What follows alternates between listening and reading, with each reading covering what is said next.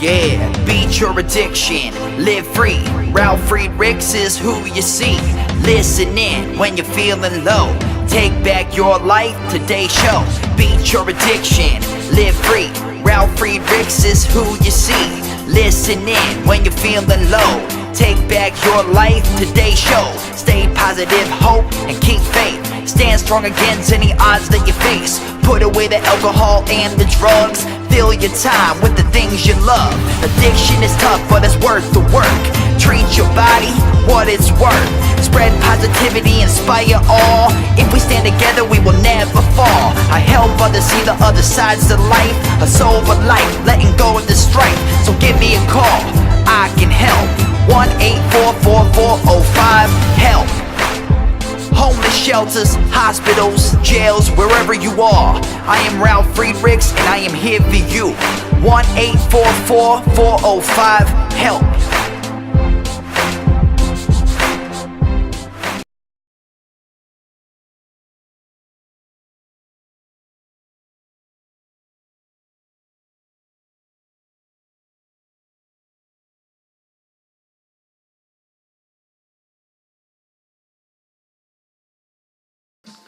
Hello, my name is Ralf Friedrichs. I'm an addiction recovery coach and the host of the Take Your Life Back Today show. I want to welcome you today to the Take Your Life Back Today show. Today we have a special guest coming to call into our show. His name is Richard Flores, and he is a director, an actor, a producer, an animal rights activist. He is also vegan, and he, like so many other people, started from the down under, way down in somewhere in New York City, because he was born in '86, East Side, and raised in Harlem, and now lives in Brooklyn.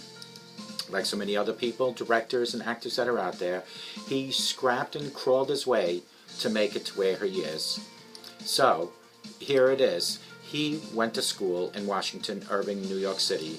He trained and got all his experience, besides doing films now, from the El Barrio Firehouse Community Media Center. During his younger years, he was involved in law enforcement exploring. Now let me tell you what law enforcement exploring is. It's a hands-on program to open to young men and women who have completed the 6th grade all the way up to 20 years old. Interested in a career in law enforcement or related field in the criminal justice system, the program offers young adults a personal awareness of criminal justice through training, practical experiences, competition, and other activities. Additionally, the program promotes personal growth through character development, respect for the rule of law, physical fitness, good citizenship, and patriotism. Folks, this is Richard Flores. He is an excellent filmmaker, director, and actor. He loves animals, and he is a vegan. We will talk to him about what it's like to be a filmmaker, and we also want to talk about his new movie that's coming up, where I will personally not only appear in it, but I am also doing some voice-over voices, actually. So let me go to a commercial, and as soon as I get back, we will talk to Richard Flores, actor, producer, director, animal rights activist, and vegan. Richard Flores next. So hold on, and I'll be right back.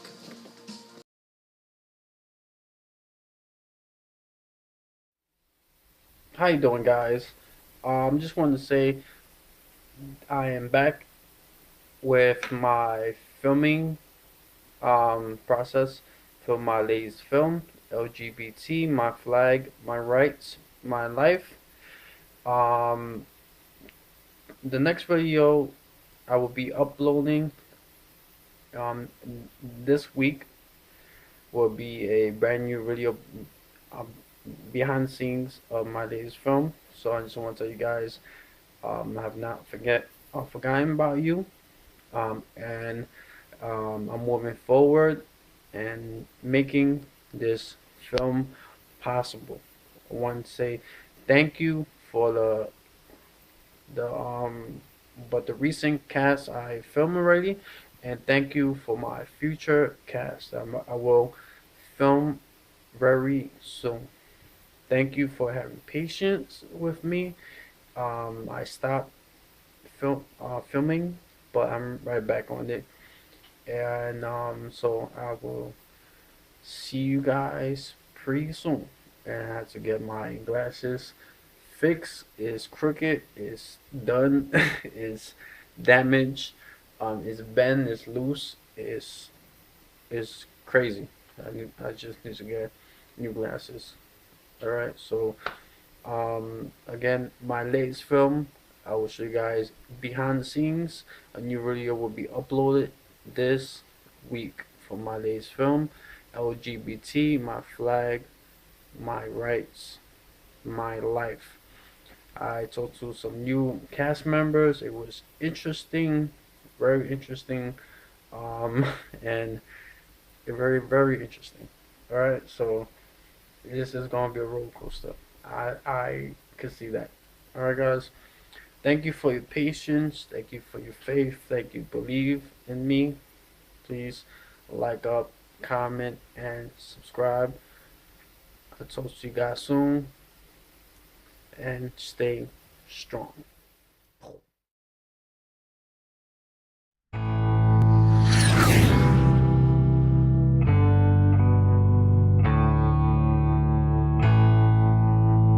Nobody should nobody should be picked on or beat up, because they're gay or because they're different, because somebody's a different race or from a different part of the world. No one should be doing that to anybody. That's just, if you say you love God, like I say, God loves everybody. He made everyone. He created a rainbow. He liked the variety. Okay, so why are you hating? It doesn't make sense. To me, it doesn't make sense to hate this one or that one. It just doesn't make sense.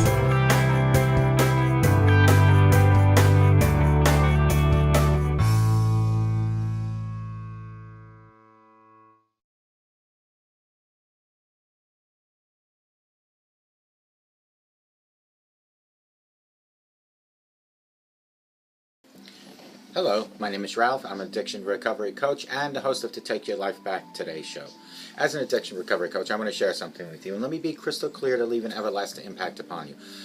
Just imagine being buried alive. You're in a coffin, but you know you're not dead. You don't know how to get out of that coffin. You tried lifting the lid, but the enormous weight upon the lid prevents you from opening that lid. You then try banging on the lid, hoping to unsettle the dirt. Maybe somebody might notice and start digging their way down towards you. This is what it's like to feel at the lowest point of alcohol and drug addiction. You know you need help, you know you can't do it on your own, but you don't know where to turn. You just think you're going to die. Usually, though, people don't think about death when they're habitually abusing drugs and alcohol. In order to defeat an addiction, you have to be great at repressing the fear of death. I often ask you, my audience, did it ever cross your mind while you were abusing drugs and alcohol that you might just take your life, that God had given you away from you? And if that's not selfish enough, what about taking your life away from the people that love and care for you most? Your mother, your father, brother, sister, husband, wife, children, even your grandchildren. With this, let me leave one last thought. Don't be like the person that I just spoke about that waited and waited until it was too late to get help. Instead, be that person that picks up the phone and calls me at 844-405-HELP, and I promise I'll help you take your life back.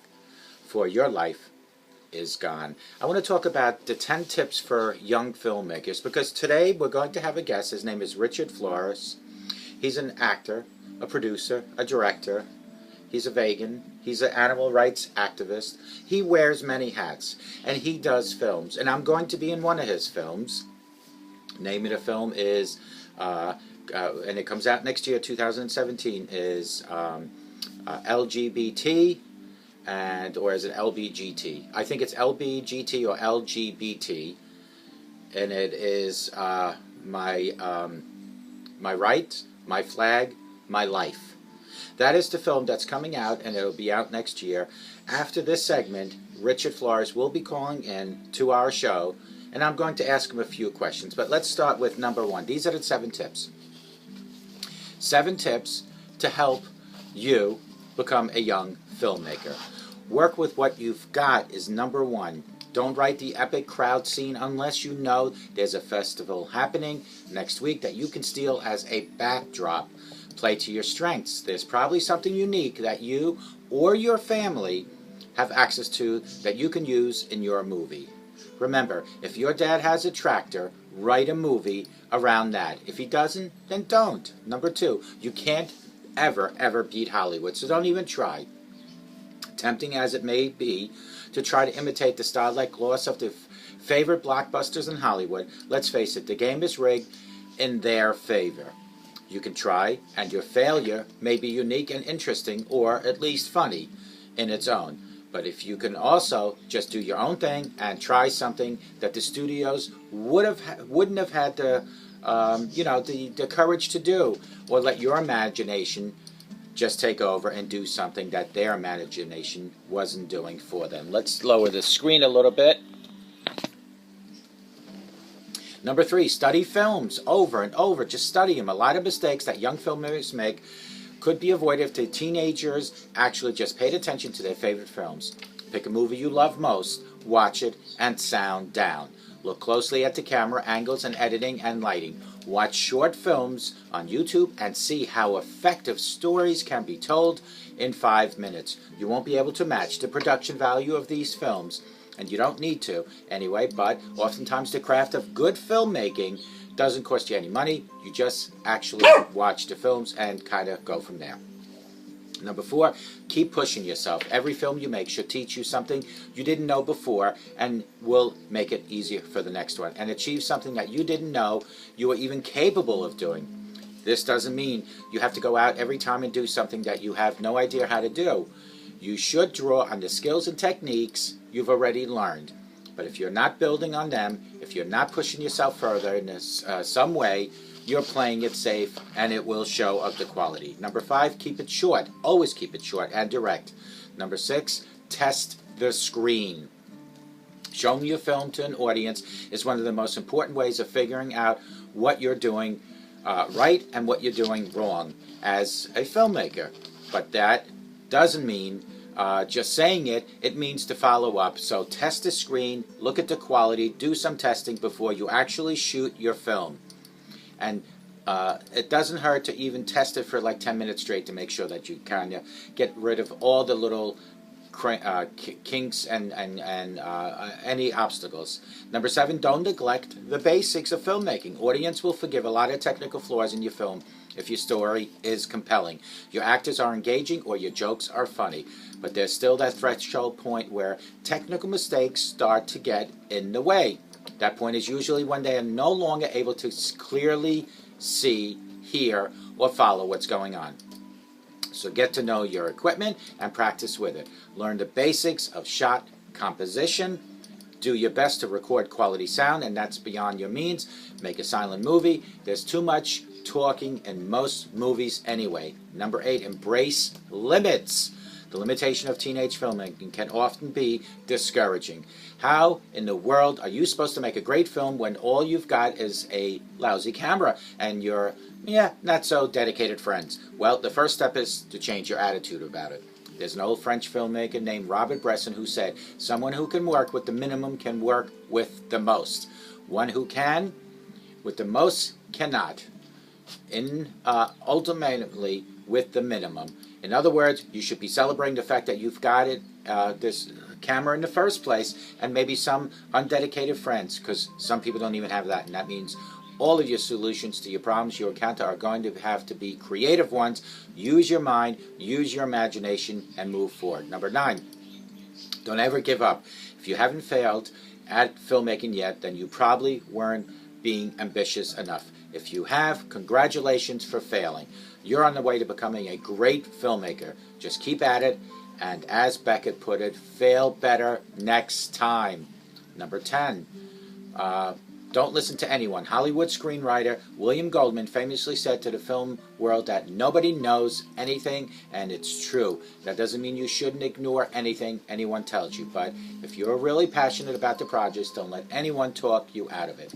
Make film that you want to make, not the film you think you want to see, or the film that teaches you or your parents what to make and what to think. Most of all, don't listen to people who say that you cannot do anything, or what you're aiming for is impossible to reach. I've argued above limitations are your friend, but the types of restrictions that really get in the way are the ones that you let stuck inside your head. Who says films have to cost a certain amount? Look at a certain way, be certain way, or contain the element, or that one. That is really the bottom line. And always remember, it doesn't matter if you fail over and over, take cuts over and over, come up with good background drops, come up with good practice screen runs, and come up with a good imagination. And most of all, have fun. Thank you very much.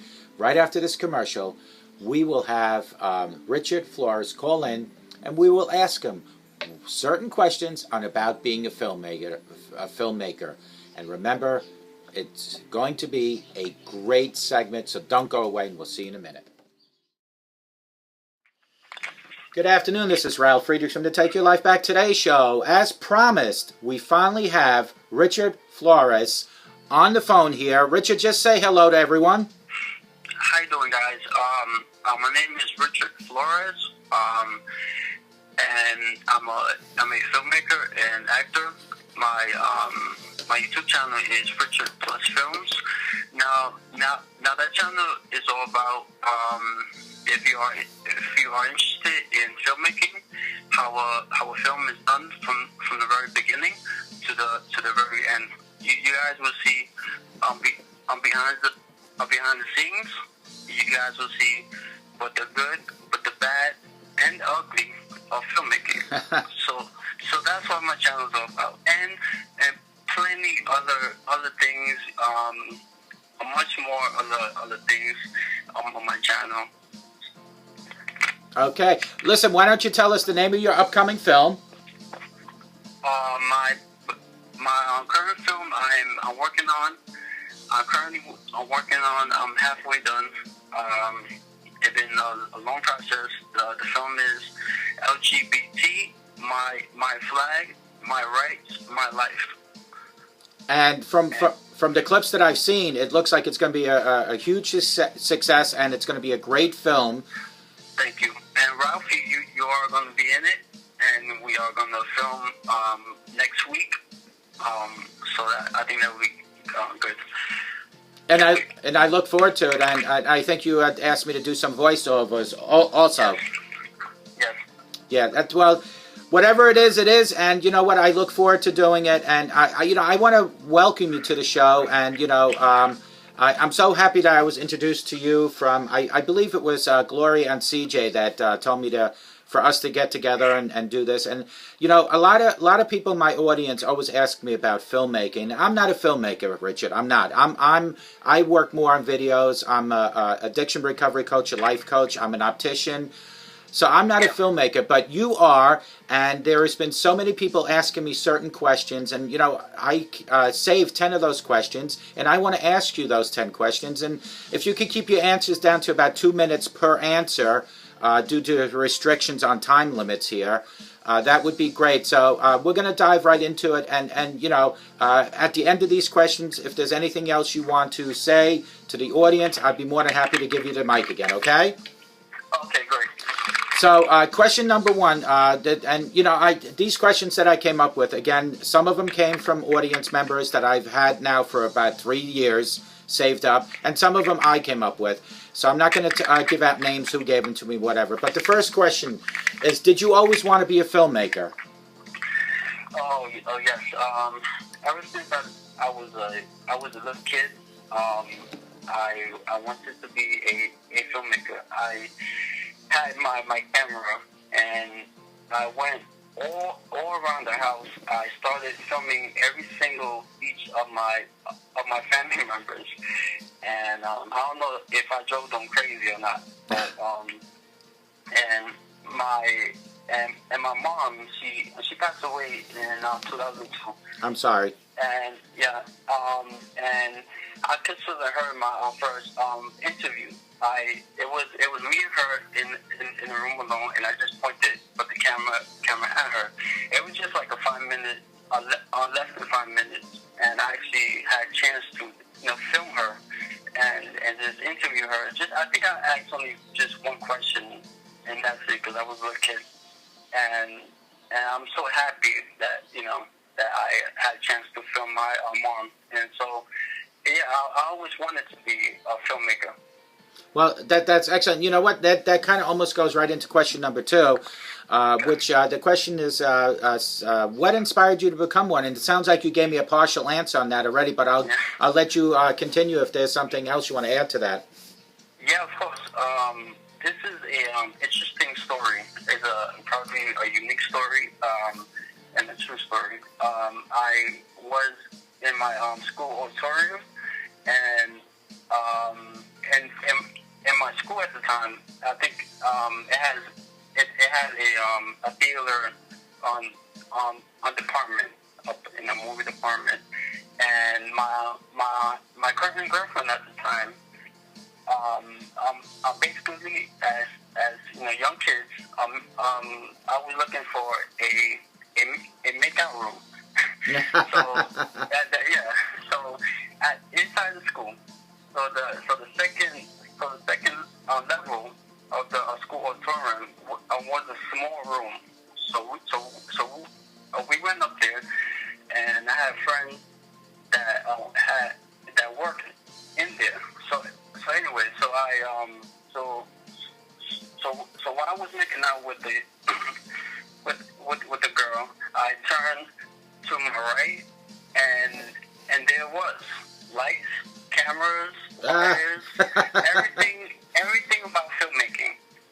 But not only that I fell in love with the girl, I fell in love with filmmaking at that very moment.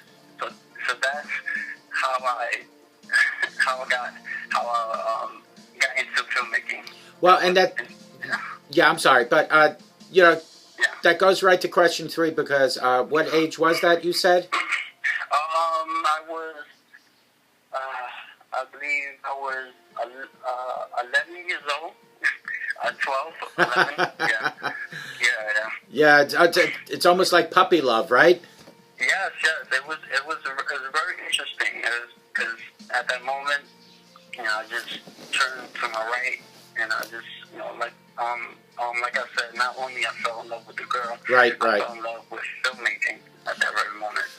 You know, and that's pretty funny. The next question is, and I just want to give you a little rundown real quick. You know, my show, as you know, is being seen pretty much all over the world, but right here in the United States, 22 rehab centers, a couple of correction facilities now play my videos, my educational videos. And so I want to ask you, as a filmmaker, what's the best thing about being one? What's the best thing? About being a filmmaker? Well, the best thing is you don't know where you're going to be or who you're going to meet, right? Yeah. But you get to travel to, you know, different places and experience new things. It changes you to improve you to be a better human being, and it's never a dull moment, a boring moment. It's always, every time it's always exciting. That and you know, for me the best thing is in videotaping is that I'm helping people. And the next question for you is, what's the worst thing? And I can tell you my worst thing is when I go into certain stores or barbershops, they say, hey, we saw you on Vimeo, YouTube, or we saw you on Channel 12, or we saw you on Bill Cunningham show, or whatever. So what's the worst thing about you being a filmmaker? The worst thing is, I mean, currently, right now, I work alone. I mean, a film crew. I would love to. I don't have a film crew. I would love to have a film crew someday.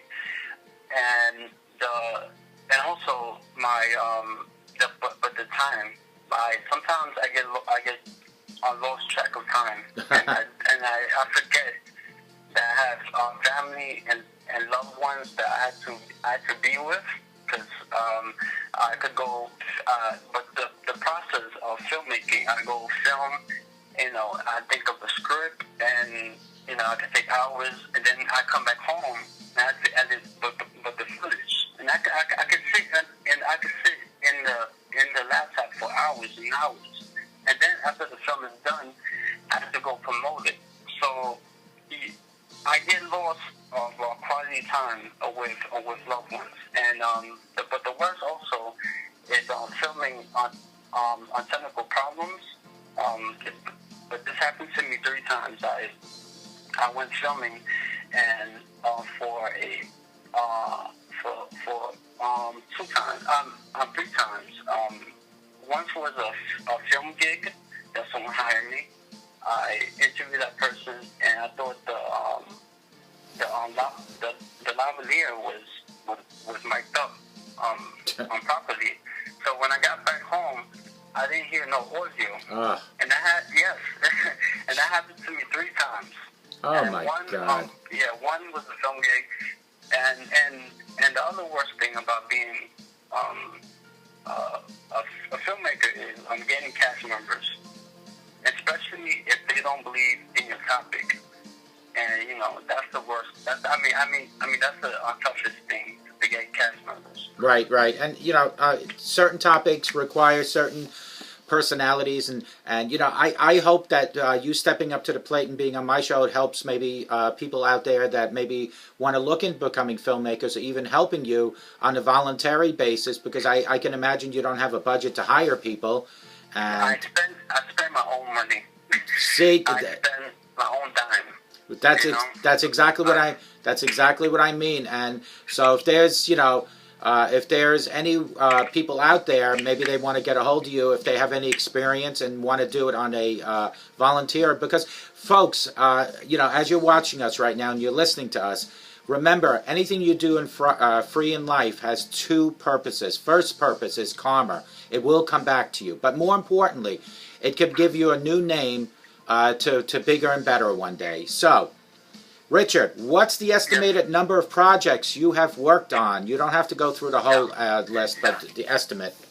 About 10 projects, but and other projects, but this time I filmed for a client for his documentary, but I'm not editing. I'm just filming. Right. And there's other projects, but I did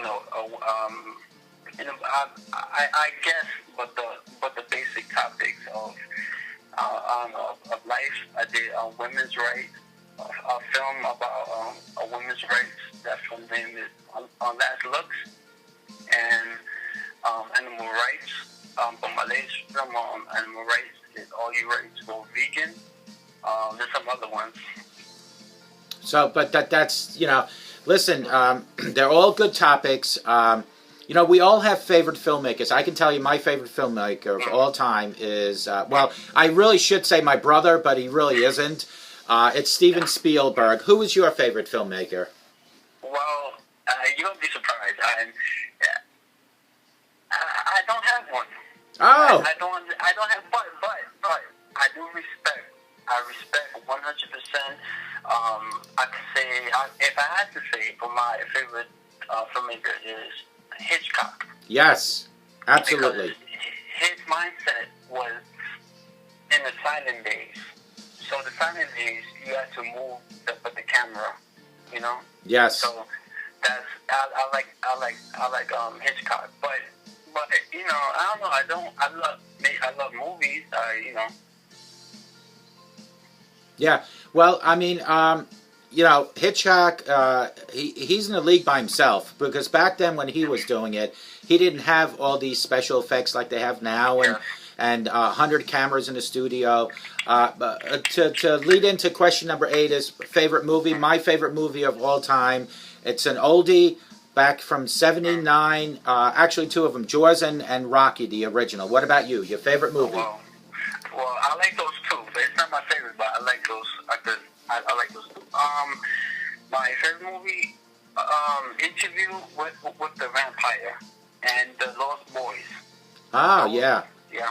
That was definitely a good one. Yep.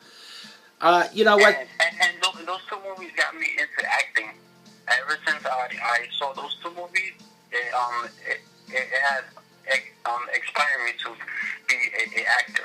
Right. Well, you know what? Let me just say this, and I want my audience to hear this. I don't know you that long, Richard, but I will tell you that the fact that you're doing this upcoming film, the one you're presently working on, tells me a lot about your character.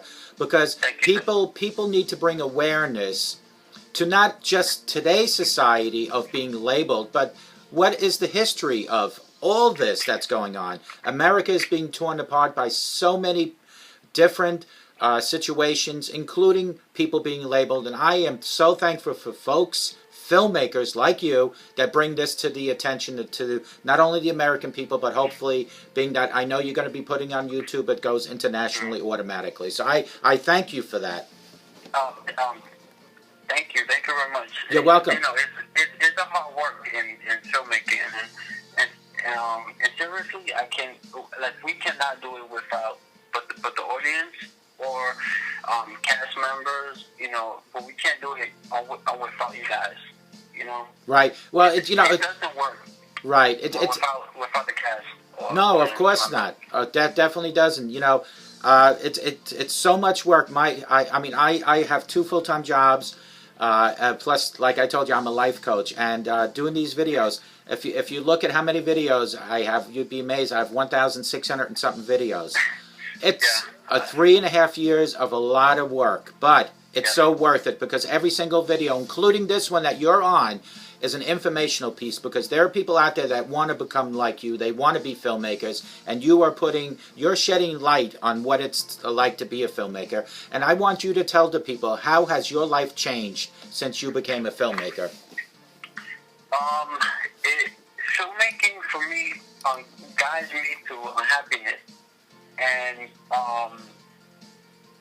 one experience I was filming a film project on my own of this protest, and I thought it was another film project. I thought I was going to just film and leave, and I filmed animal rights activists, and they talked to me about veganism and animal rights, and through my filmmaking, and I became vegan. It took me a couple of weeks to be vegan, and through my filmmaking, also I met my girlfriend that I'm living with right now. Okay. I've been together with her for 3 years now. Oh, congratulations! And, yeah, thank you. And I was filming at a film gig, and I met her in the train. So through filmmaking, I had a job to film, and I just met her, right on that day. And so, and filmmaking changed me. It makes me feel peaceful, and it's my outlet. And I do suffer from depression, and it takes that away from me, And it makes me happy. Yeah, absolutely. And you know what? I'm sorry you're suffering from depression, and I'm glad you're getting better at it. And as you know, that's what I do. I help people that have depression. So anytime you need to talk to me, you're certainly welcome to give me a buzz. Yeah. I just earned more respect for you, because you said something that I didn't know about you, that you had a girlfriend, and you've been in a relationship for 3 years. And here's why I respect you even more, is because you are bringing attention with your existing film that you're making to something that doesn't even affect your life. Yes. Do you understand what I'm saying? Yes.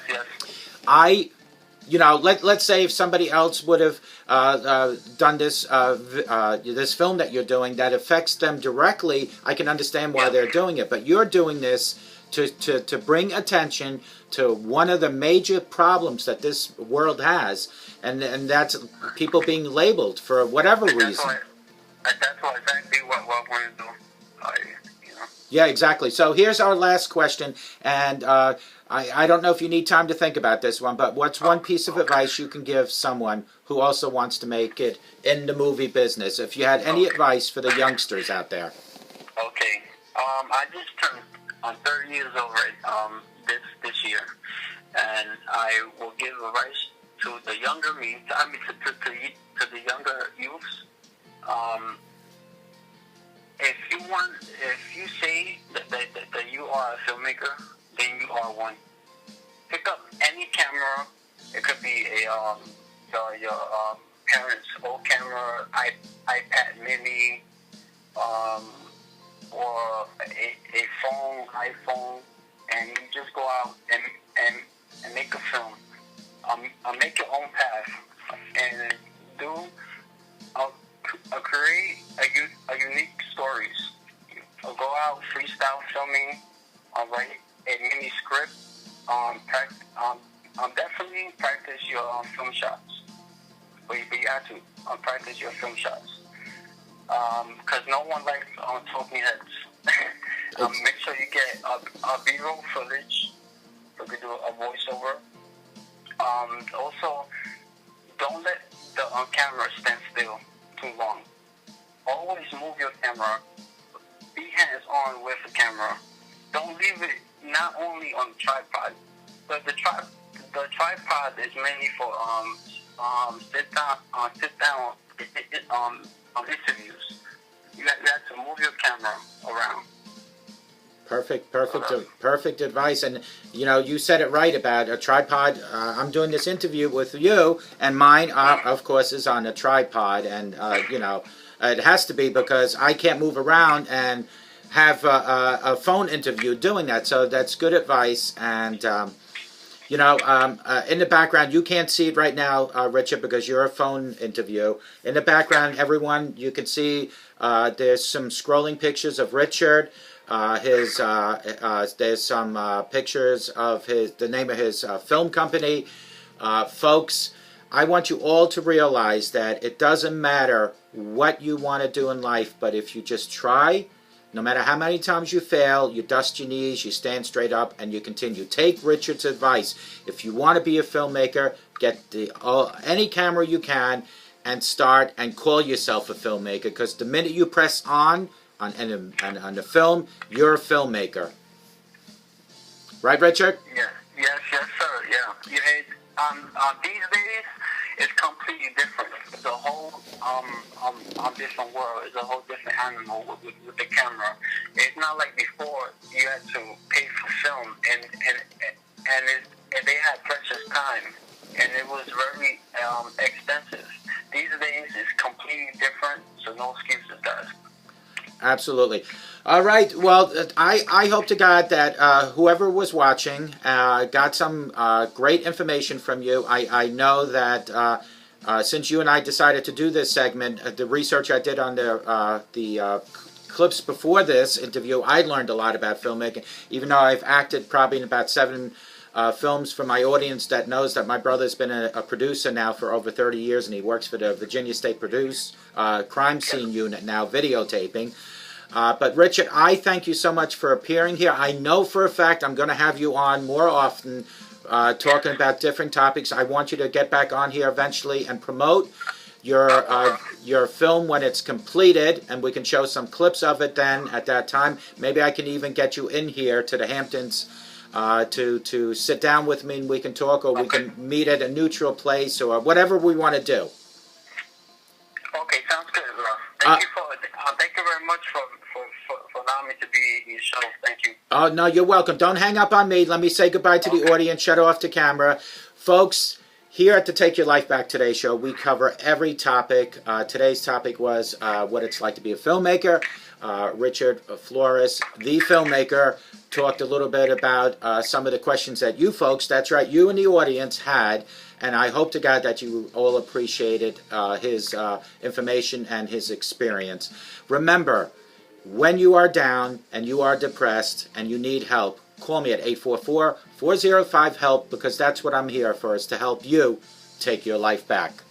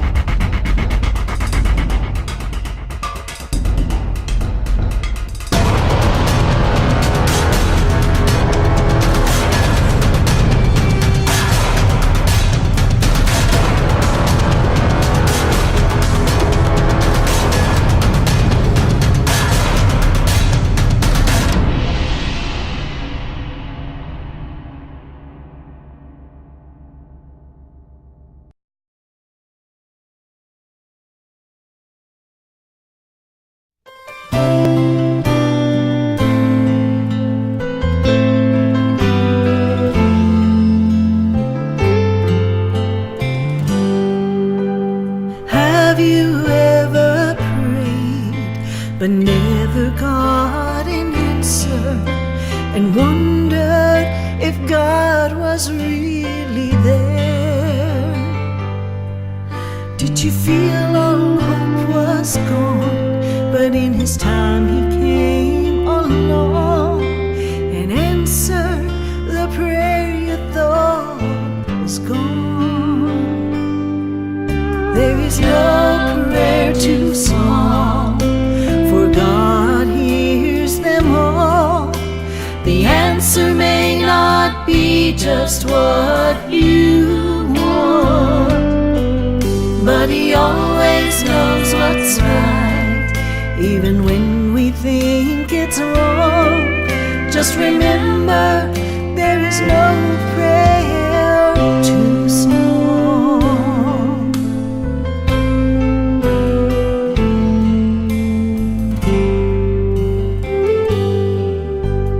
I have read if you will ask, you shall receive. No matter what it is, I still believe. There is no prayer too small, and even when we fall, He gives us just exactly what we need. There is no prayer too small, for God hears them all. The answer may not be just what you want, but He always knows what's right, even when we think it's wrong. Just remember, there is no prayer too small. No prayer too small. He always knows what's right. God hears them all. There is no prayer too small. My God hears them all. The answer may not be just what you want, but He always knows what's right, even when we think it's wrong. Just remember, there is no